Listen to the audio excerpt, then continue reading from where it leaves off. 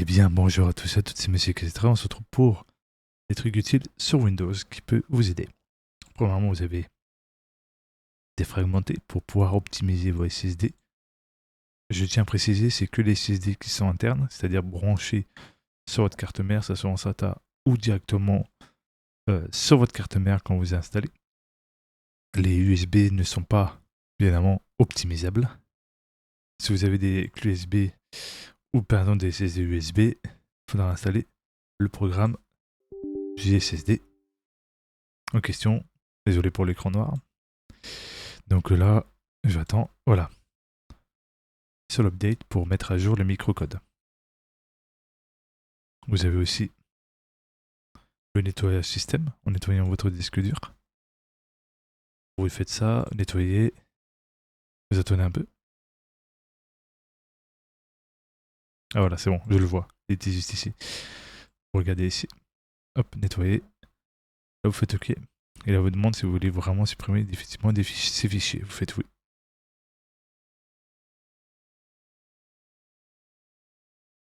Voilà, c'est fait. N'oubliez pas de mettre à jour votre Windows.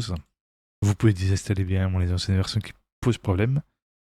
Bien évidemment, vous avez le voie installateur pour désinstaller des dossiers que vous ne voulez pas ou des logiciels que vous ne voulez pas que ce soit présent. Prenez la version gratuite, car la version payante, vous pouvez avoir la version d'essai.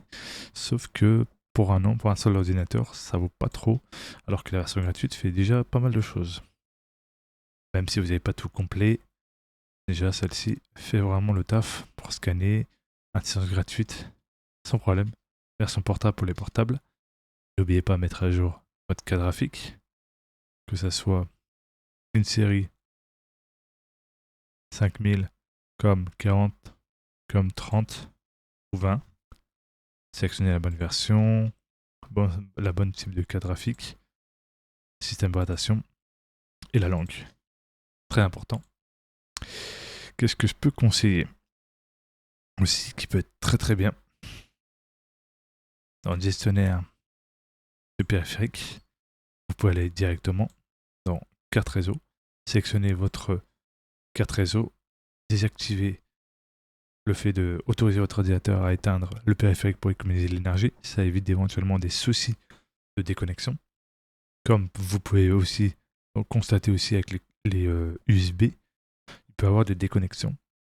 Donc regardez sur les hubs USB s'il n'y avait pas la gestion de l'alimentation corrigée en mode autorisé. Vous pouvez le décocher pour corriger ce problème. Pareil pour celui-ci. Il faut regarder si vous voyez s'il y a économie. S'il n'y a pas, vous regardez sur les autres propriétés. Si vous voyez gestion, désactivez juste ça. Ok. Et c'est corrigé. Après, pour les problèmes de son, que je sais que beaucoup ont, tac, système son. Vous allez dans Autre audio. Vous regardez sur vos sons, par exemple, c'est une carte son autre. Statistique avancée, décocher ce qui peut provoquer des problèmes problématiques. Ou si ce n'est pas le cas, c'est dans communication et faites ne rien faire. En gros, cochez celui-ci. Et vous verrez que vous aurez corrigé la plupart des choses qui fait baisser votre volume à 80 ou à 50%. Donc voilà, faites OK, appliquez. Et voilà, vous aurez corrigé une bonne partie. Donc très important de vérifier. Et surtout, si vous avez une carte son et que vous souhaitez mettre tout sur la carte son, il faut bien sélectionner en communication par défaut celui où vous utilisez et l'autre par défaut pour entendre.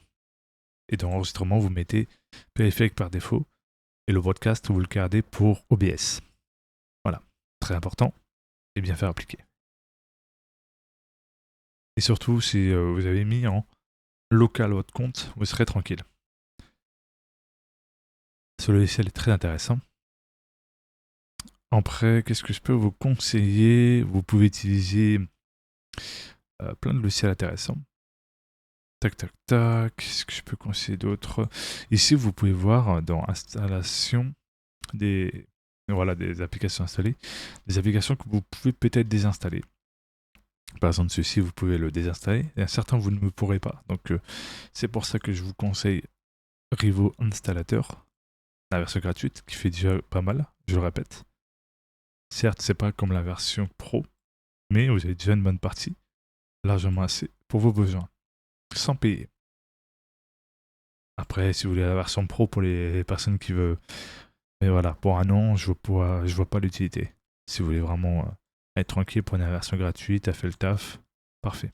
Vous avez même la version portable pour les PC portables qui convient à une utilisation clé USB. Voilà.